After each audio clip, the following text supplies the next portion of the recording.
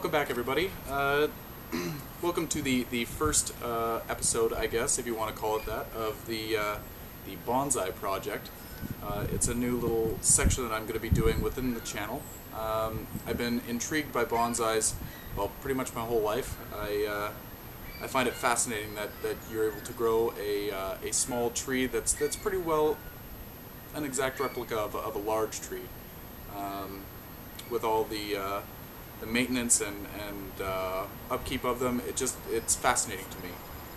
I find that sort of stuff very relaxing, so I thought, hey, why not take this opportunity and kind of log my experience, good and bad, on here.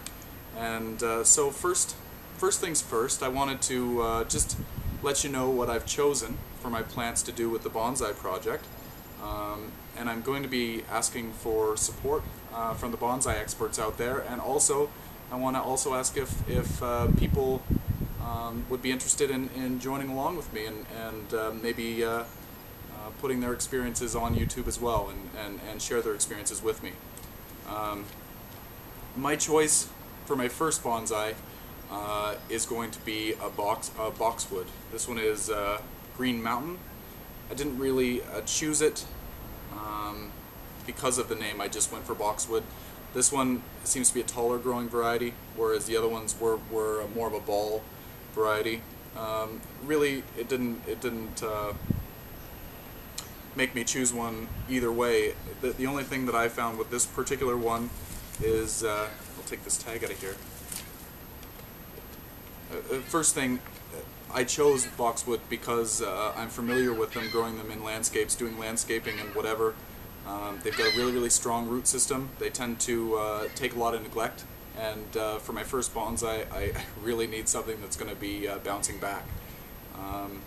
As I progress in this world, I'll end up choosing more difficult plants, but this time I'm very familiar with this. It tolerates full sun, it tolerates shade, it tolerates dry, it tolerates moist, tolerates sandy soil. It's a very tolerant plant, and the root system, I know for a fact that you could pretty well take the whole root system out and it will regenerate itself. Also, you can cut it back hard and it will create new growth buds lower down, which a lot of other plants will not do. So this, I thought, was a perfect choice to start my quest. And if you're just starting out, I do recommend it. Again, I've not done it as a bonsai before, so take that with what it is. I did choose this one though because it had a main leader going up the side, or up the kind of the center. I wanted to do sort of a semi-formal upright. I don't know how this is going to work yet. It'll be an experience, and hope that you will join me along with that. The second one that I chose, oh yeah, this one also is hardy to our region. Very hardy, actually. I think it's a zone 3 or something crazy like that. So it should survive no matter what. It might get a little bit of burn here and there over the winter, but in zone 6B, this one is rock solid. The other choice that I had made, I wanted to do two different bonsais. I wanted to do one for outside and one for inside. I don't know how this one's going to work. This one is an Indian banyan tree. I actually got this plant. I started it from seed. I got the seeds from an online resource called I think it's exoticseeds.com, rareandexoticseeds.com, and I was intrigued by the name Banyan. I know that banyan trees have the largest canopy in the world. They've been noted as being the largest tree in the world, not for height but for wide. It looks like there's hundreds of trees in a specific zone, but it all belongs to the same tree. It creates aerial roots that come down, and then in time they look like trunks themselves. So it looks like a whole grove of banyan trees, but it's only the one plant, which is fantastic. So I thought I'd choose this one. It's a member of the ficus family, so it does have the sap, the white sap, kind of like we'd get with a poinsettia. So it can get sticky in the house if you're pruning inside. So I would recommend doing all that stuff over paper or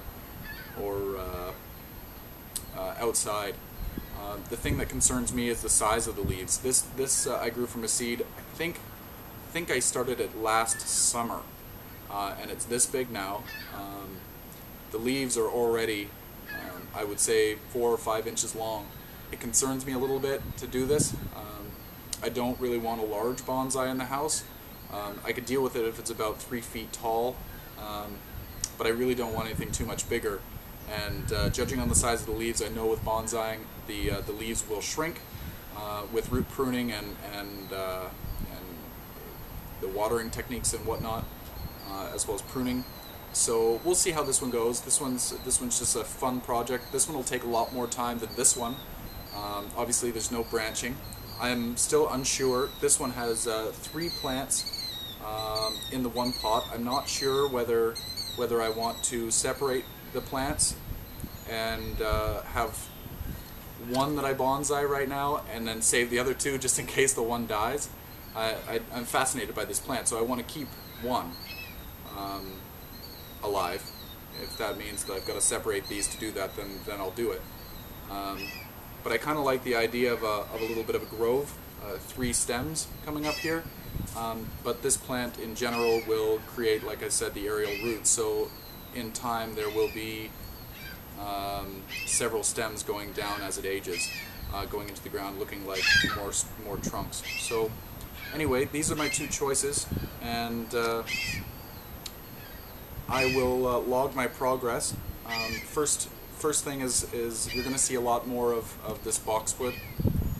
First thing is I'm going to start pruning away all of the useless stuff in here, and we'll expose the trunk and we'll expose the branches and see what we're working with, and then we'll probably end up going and wiring some of the stuff.